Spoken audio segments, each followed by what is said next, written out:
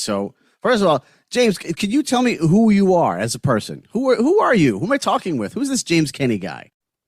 All right, well, I'm a guy. I teach English predominantly for CUNY, the City University of New York, for a long time, for 20 some odd years or whatever. I guess about 20 years, and I am a film enthusiast. This is James Kenny, and calling James a film enthusiast is putting it mildly.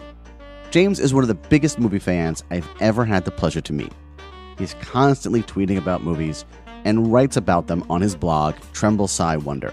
He was introduced, or indoctrinated, depending on how you want to look at it, into movie fandom by his father, who, much like James, was also a college professor. So back in the day, they would actually rent 16 millimeter films when they were going to show them in the courses, and they would have them for a week. So he would take them home. So as a kid, I was watching, The Bandwagon and The Gold Rush and various films on film. They have to change the reels every 12 minutes or whatever, but it was just obviously a pretty unique experience as a kid growing up, watching the films at home on a projector, on a screen.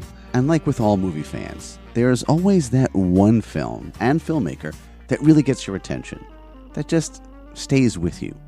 The kind of cinematic experience you remember for the rest of your life. And that movie for James is 1981's They All Laughed. So I know he got my dad's attention, and he went out and saw it, and somehow he thought it would be a perfect film for me, who I guess was in kind of a funk. My mom had passed away. Instead of that, I just wasn't in a particularly happy mood those days. And so when I got the opportunity, he showed it to me, and it's a PG film, but it's not a kid's movie at all. It's all subtle, romantic comedy drama. It's an ensemble piece. It doesn't have a clear plot, or a plot is secondary, I should say. It's just a film basically watching a bunch of groovy people run around New York City and pairing off with each other. But it's a beautiful film. It's a remarkable film. It's a quietly remarkable film because, it's like nobody, I have never seen a film like that where they're shooting in Times Square, and they're shooting on Fifth Avenue by St. Patrick's Cathedral, and they're shooting on Wall Street, and then none of the streets are closed. They're just running around like a bunch of pirates. And that's it. From that point on, They All Laughed is his movie.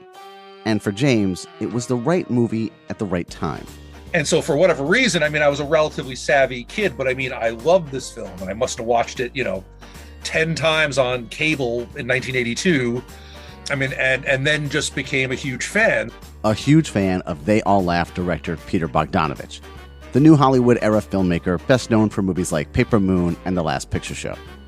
James goes through his entire filmography, and over the years, never misses when a new one of his films is released. Then, years later, James reads that Bogdanovich is coming back to New York City to film a new movie. It's another screwball comedy, this one called Squirrels to the Nuts.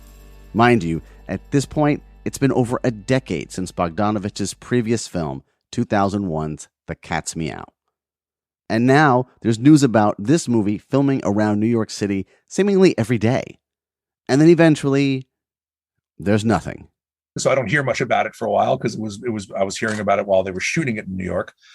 And then in one of those serendipitous moments that makes you think there is sort of a path in the universe, the nice Chinese lady who sold bootleg DVDs, at my daughter's dance school, she would come, and every day she would just be like, DVD, $5 each. I think it was 5 for 20 though. If you bought 5, you get them for $4 each. And she would, I'm not trying to throw anybody under the bus, but yeah, she would have all sorts of bootlegs, including I don't know where the access point was, but films sometimes long before they came out. Like I remember, for example, I haven't COVID kind of shut all that down. I've never seen her since, and these were quality copies. They were basically clearly taken from a factory or something. And so, yeah, about somewhere in 2014, she comes in and she has this film called She's Funny That Way.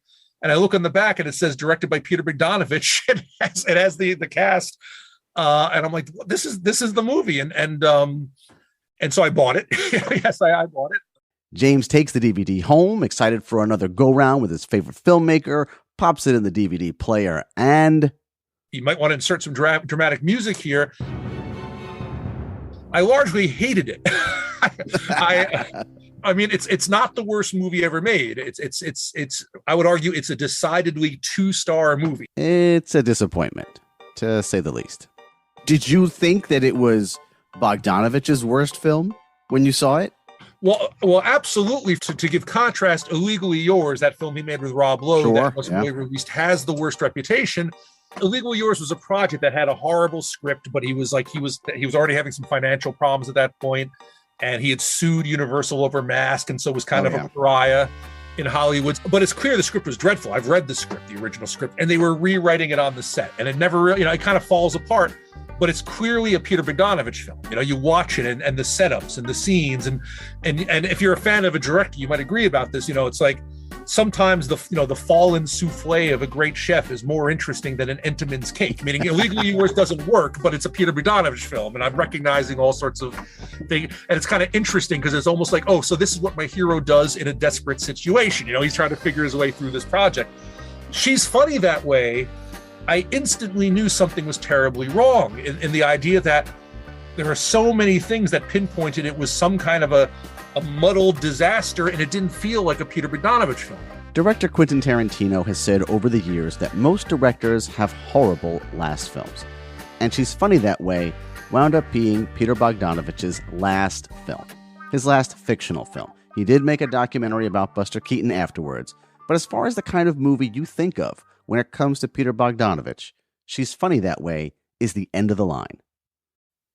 My name is Dan Delgado, and in this episode, we're taking a look at what happened to the final film of a new Hollywood legend, and how one of his biggest fans is changing it. Welcome to the industry.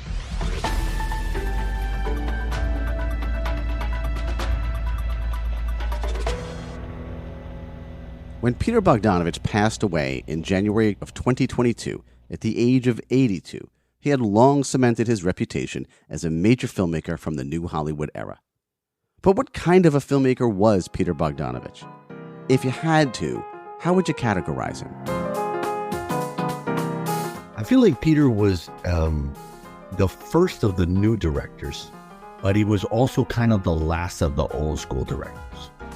And he was, he's one of the movie brass, just like a couple years before Spielberg and Lucas, but in that class with Altman, with Coppola, with Friedkin, Cassavetes, all those guys getting started around that time. And I feel like Bogdanovich was, to my mind, the first kind of truly postmodern guy, because he really sort of embraced working within established genres, but not only within the genres, the way Altman, did one of each. He did a Western, he did a sci-fi, he did it, but not only within the genres, but within the style.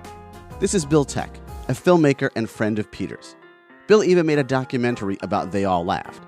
And working within the style, that's a great way of putting it, especially for those movies he made in the 1970s. So what does that mean, working within the style?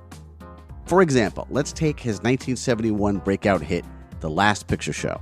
It was something like Picture Show. He was like, okay, well, this movie's set in the 50s. Let's make it in the style of the 50s. Let's never zoom.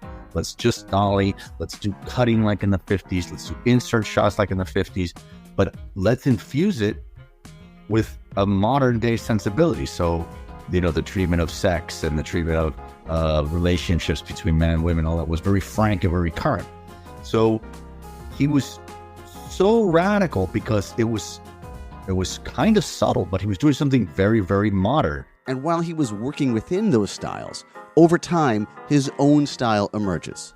Doing something like Paper Moon, where again, the things that were occurring were sort of in tension with the style.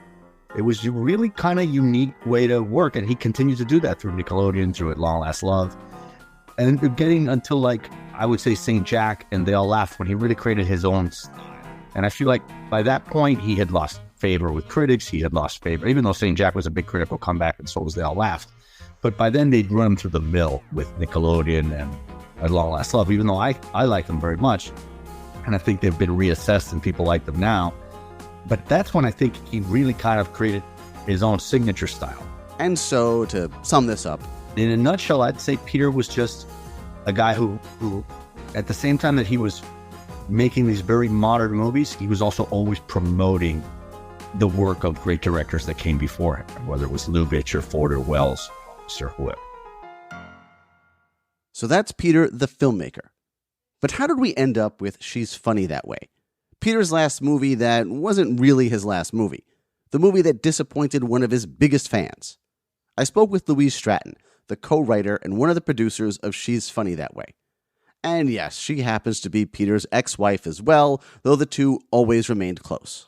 First of all, we started it while we were still married, and we were going through a very, very difficult transition in our life. And we really felt like we needed to find ways to laugh. And we were watching a lot of these classic comedies with, different people, this classics, whether it be Philadelphia Story or Awful Truth, or we just saw a lot of like comedies just to bring up our spirits. And then we thought, well, why don't we write our own? And we actually had watched a movie by Ernst Lubitsch, which I'd seen before, but at the moment it was just perfect for the moment. And it was Clooney Brown. So it started out like that. And it's that whole moment to where there's a clip in Squirrels to the Nuts that was the beginning of writing Squirrels to the Nuts, was the clip. Oh, yes, the clip.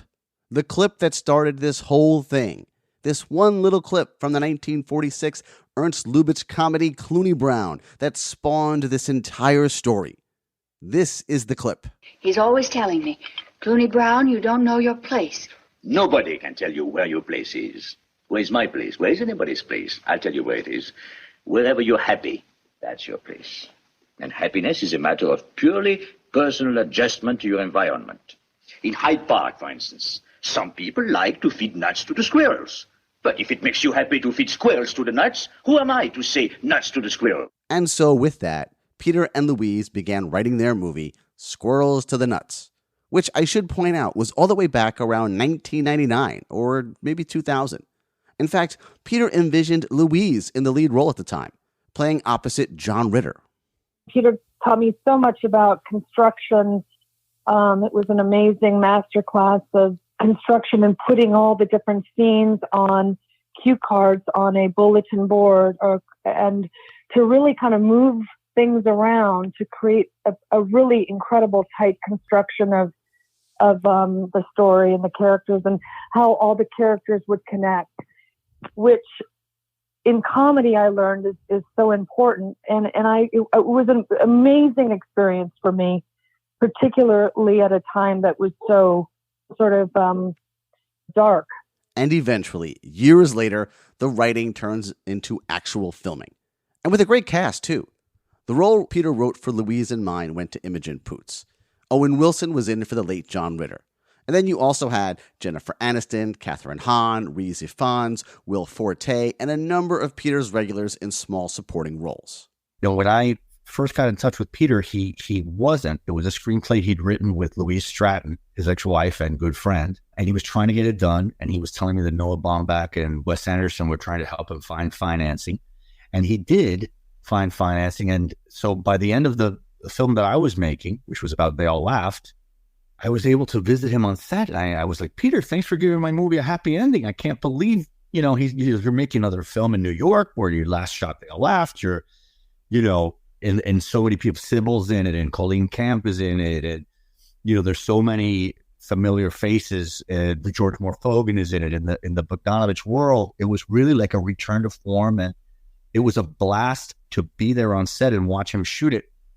And actually, the last shot in my documentary is just a scene he was shooting on the street. He turned and he gave Louise Stratton a big hug, and you can see their love. This is the time when James Kenney is reading about it every day. And the Squirrels to the Nuts shoot seems to go pretty well. I remember getting this great email from him right when he finished shooting. And he was like, Billy, I just finished my first rough cut. It moves like a house on fire. It's unbelievable. And I said, oh man, sounds like, something like a Lubitsch kind of thing. And he's like, ideally, but it's just, it works great. And he was so excited about it. But then the test screenings happen. Feel that we shot the script that we wanted to make. And with Peter, with how he would direct, he would only shoot what he needed. He didn't shoot coverage. And so it was a very tight story, a tight script. And the way we wrote it, the way we shot it. We had everything. What had happened and what sort of went south was we had one preview, and it was a really good preview by hearing all the laughs. And of course, when people get these cards to fill out and give their expertise feedback, it's an interesting process. But it's, what had come back was that there was a lot of incredible reactions when you heard it, and there were certain things that were questionable about certain characters. But at the end of the day, the guy that was the expertise in this whole process of testing, he just said that it needed to be addressed with certain things. And finally I said, Peter, what's going on? I want to show you a cut of the film. And he was like, Billy, you wouldn't believe how disheartening the past few months have been, what I've been going through. And it turned out that he had, some of the financiers had kind of put their spoon into the sauce and were sort of insisting that he make changes and change the ending and change the structure. And, he wasn't specific about it, but I wasn't privy to like all the different cuts that he was making. But anyway, we wound up at Venice together. I wound up there with my film, and he wound up there with She's Funny That Way, with the new title. And he was so cool about it. He didn't say a word like, this isn't my actual ideal cut. And he didn't say anything about it. Then we went back into the editing room, and it seemed like a very simple fix to then go back and get another preview to bring up whatever it was that they wanted to address. And what had happened was Peter didn't get that chance to do another edit. It was like, it was then kind of just kind of taken over. The editing room was sort of taken over, if you will. And I can't explain more than that. And it's in these changes, which include shooting entire new scenes, that Squirrels to the Nuts becomes something else. It becomes She's Funny That Way. During this whole process of transforming his film, Peter's a good soldier about it, which is a little surprising because Peter's known for being a fighter for his films. Take the movie Mask, for example, his 1985 drama with Cher and Eric Stoltz. When Universal Pictures switched out some key music in the film, going from songs by Bruce Springsteen to songs by Bob Seger, Peter responded with a $19 million breach of contract lawsuit. He would eventually drop the lawsuit, and in 2004, nearly 2 decades later, Universal released Mask on DVD with Springsteen songs back in the movie. But the dramatic move of suing a major studio did him no favors in the industry. But with Squirrels to the Nuts, that wasn't the case. Peter wanted to finish the movie, to get it released, so he did all that he could. I don't really want to go backwards into stuff, but we didn't want to have a repeat of Mask, right? We didn't want to, it was a different time. He was older. We were so happy that we were making this together after so many years. It was our project together. It was an experience that we were so happy that we were doing. It was kind of shocking that this happened when it all of a sudden became different in the editing room, and there was no real reason for that. And we didn't really see it coming at all. Well, we didn't see it coming. So we had a moment of like, what do we do? And Peter's normal sort of reaction would be, of course, to do what he would want to do, to have that integrity, to not compromise, And the truth is, he had every right to, in more than one way. But the immediate thought was, because I was there during the whole Mask thing, and I was like, really, do we want to do this? Can't we find some middle ground? And I think that we decided to just bear it and try to find some way of finding some middle ground. The now reconstructed movie, known as She's Funny That Way, premiered at the 71st Venice Film Festival in 2014. It now included a new wraparound framing device with Ileana Douglas and a cameo by Quentin Tarantino, who happens to be a huge fan of Peter's. And the reception was great. In Italy, people roared with laughter. I mean, I've never heard a crowd laugh like that. But I suspected it wasn't his vision, you know, not only the name change, but he really didn't indicate how much it had changed, except for that email. And he told me he'd had some troubles, and he'd reshot the ending and so forth, which was so cool of Tarantino to come to his rescue. That guy was just a lifelong friend and supporter of Peter's. Really, really went to bat for him. Loved him a great deal. And it was so cool of him to come in and do that, kind of give Peter a little bit of power back. So Peter can say, well, I've got Tarantino coming in, this new ending that I came up with, you know, as opposed to having them take the film from him. I assume he kind of used that to get some power back. And to be fair, the Venice reaction to She's Funny That Way was very strong. 1 year later, in August of 2015, it hit U.S. theaters. Meet the Girl. I do this to support my acting. Are there any upsides to this job? There are plenty of ups. Well, that's disgusting. Who has a funny way I got the part. I'm so happy for you. He's happy. You're always depressed with me. Why is that? of making things complicated. We need to leave now. Owen Wilson, Imogen Poots, Catherine Hahn, Will Forte, with Risa Fans, and Jennifer Aniston. Oh, great. Here's my therapist. She's Funny That Way. You don't joke in therapy. If you don't remember it in theaters, that's understandable, because it was only released in 26 of them. In fact, most of the $6 million it took in at the box office came from overseas. The reviews were mixed, and it was barely noticed. Peter had hoped that he would get an opportunity to re-edit his version of the movie, but that seemed, well, pretty unlikely. And that was the end of She's Funny That Way. Just another movie that came and went. And this brings us back to James Kenney. You remember the disappointed movie obsessive from the opening of this episode? Well, fast forward a few years after the disappointment of his bootleg She's Funny That Way DVD watch. It's October of 2020, and he's supposed to be grading papers on a Sunday night. But instead, he's looking around on eBay.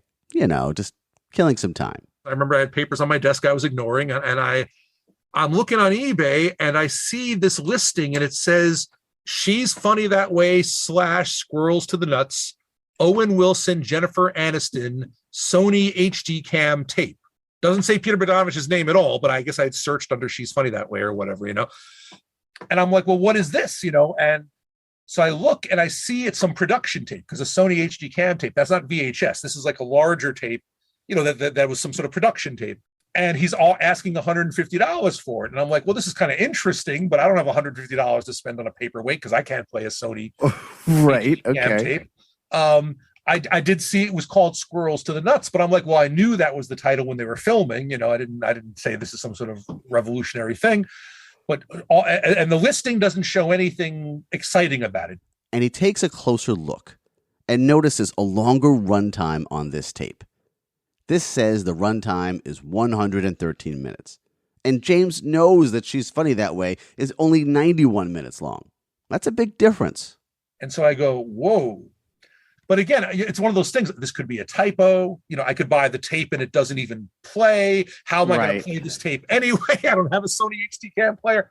But that running time makes me go, you know, well, wait a minute. Turns out James can get the tape converted to another format, but that's another $100 on top of the eBay price. What if this thing's a big nothing or just mislabeled? James can't exactly afford to throw $250 away. He needed some consultation on this. While social media is destroying the world, it does have its good aspects, right? Because I did become friends with Bill Tech, who made a documentary about Peter Bogdanovich called One Day Since Yesterday around 2015, I believe. Yes, I know. That Bill Tech. Crazy, right?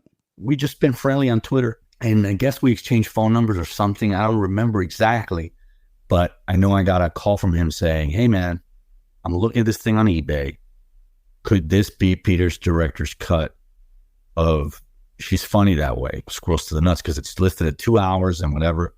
And he's like, do you want to split it? And I was like, yeah, sure. I'll, you know, but he's like, I was like, so do you need me to get, like, PayPal you some money? You know, do I Venmo you some money or something? And he was like, nah, I already bought it. Don't worry about it. I got it. Let's be honest. There was no way James was not going to buy this tape. I didn't pay the guy 150. I offered him 100 because I'm a teacher. I don't have a lot of money. So even though I was already a little suspicious that this might be something really special, I offered him $100. And then he accepted immediately. So I'm like, okay. So it takes about a week and a half, I guess, for the tape to arrive and for me to get it converted. Finally, he has this thing in his hands. And this thing could be anything, mind you. A work print, a foreign release where they forgot to change the name, promotional materials, anything. He pops it into the player and starts it up. And immediately, Frank Sinatra's New York, New York kicks on the soundtrack. And I'm like, that's not on the soundtrack because She's Funny That Way. And the camera fades up and you have these glorious, beautiful New York City at sunrise images, like shots just roaming around the city in the sky. And it's like, this is not the film. This is not She's Funny That Way. And then when the credits end, we're in Kennedy Airport or LaGuardia Airport. I'm like, this is not in She's Funny That Way. And we see Owen Wilson arriving on a plane and we see Austin Pendleton arriving on a different plane and they're walking by each other and it's all done in long takes like Peter Bogdanovich. And I'm like, this is... what in the world? And the more James watches, the more he realizes is that what he has is definitely not She's Funny That Way. And that's because what he has is Squirrels to the Nuts. It's a completely different movie, and it's a great movie, and it's a Peter Bogdanovich movie. I mean, if you're a Peter Bogdanovich fan, I'm saying this is where you recognize it's his style of editing. Sure enough, the movie begins, and he doesn't play all his cards early. You don't quite know what's going on. If something 14 minutes in makes you quizzical, don't worry, it's Peter Bogdanovich. It pays off 96 minutes later. You may not know how it's going to pay off, but I mean, everything's there for a reason, And this is an HD transfer that's actually significantly different from She's Funny That Way. But is it Peter's cut? He did submit several different cuts of the movie before it became She's Funny That Way. There's only one way to find out. James gets in touch with Bill Tuck, who gets in touch with Peter, and the next thing you know... I open up my email, and there's an email from Peter Bogdanovich saying, I can't believe you found my film. This is incredible. Can you send me a copy as soon as possible? I think it might be my fine cut, my personal cut of the film. So, of course, James gets a copy of it out to Peter and Louise to see what it is he actually has. And sure enough, it's what Peter called the Lubitsch cut. It's Peter's director's cut. Who is this guy? eBay, what? It was like this, it all seemed so like prankish, it didn't seem real at the moment. And then when we put it on, I keep going back to that moment because I'll never forget it. It was like, we kept thinking, is this it? Is this it? Oh my God. Oh my God. It was like, winding us up to so it was like pretty cool. Now, it wasn't perfect, but it was close. It still needed some work, a little color correction, and a final sound mix. But other than that, it was the real deal. And at the time James came across it in 2020, Peter was still trying to get his director's cut done. I was thinking that, it would be great to do a director's cut. I mean, that would be amazing. It's actually the original version.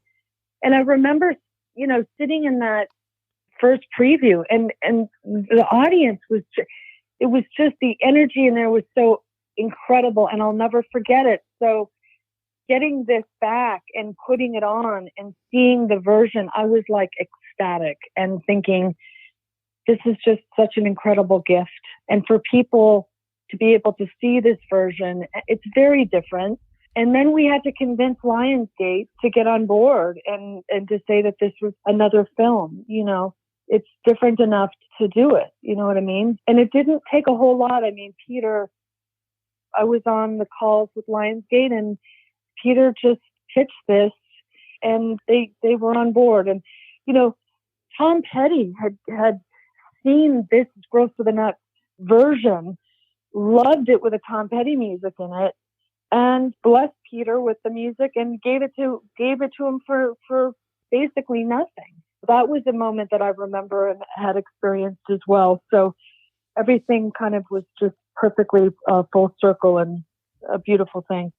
You may be wondering, how the hell did this tape end up on eBay in the first place? Turns out it was left in a storage locker that was put up for bid and bought by a full-time eBayer named Eric Eisenberg. It was just one of the many items he came across and put up for sale. How it got in the storage locker is a bit of a mystery. But the movie had its initial edit done in New York at an editing company located about 150 yards from where it was found in the storage locker, so maybe it's not that much of a mystery. But what gets me about this story is the absolute and undeniable serendipity that it was James Kenney, of all people, who came across it. That it would be found by quite possibly Peter Bogdanovich's biggest fan is still, to me, the most amazing part of the story. If you were scripting it, this is exactly the person you'd want to find it. Right now, there's a group of people out there running around in the Amazon who are actively trying to find the original version of Orson Welles' The Magnificent Ambersons. Finding that lost cut of a movie that's already considered a masterpiece in the version we have would be a revelation, no doubt about it. However, I have to say, finding the lost cut of a celebrated filmmaker's final movie is right up there. Maybe a notch or two below, but still, it's a significant find. Now, currently, there's no way to see Squirrels to the Nuts. Not yet, at least. James is doing all he can to get the movie out there. He's already hosted several screenings across the country, including an initial unveiling at the Museum of Modern Art in March of 2022. That screening came about 2 months after Peter's passing. And in case you're wondering, and what is next for the movie? Is it going to be released? How? I'm told that it's going to be released on Netflix, so that's what I hear. Hopefully it ends up available somewhere soon. But until then, you can still watch She's Funny That Way, which I kind of like, to be honest. Person's never seen it and they really want to see it, and they said, "Oh, She's Funny That Way on Netflix. Oh, fun!" And I'm like, "Well, yeah, but wait till you get to see Squirrels to the Nuts." You know what I mean? It's like, yeah. I get to show it now, and I get chills just because, it is different. And I think that, it's not just because I'm one of the writers. It's a better movie.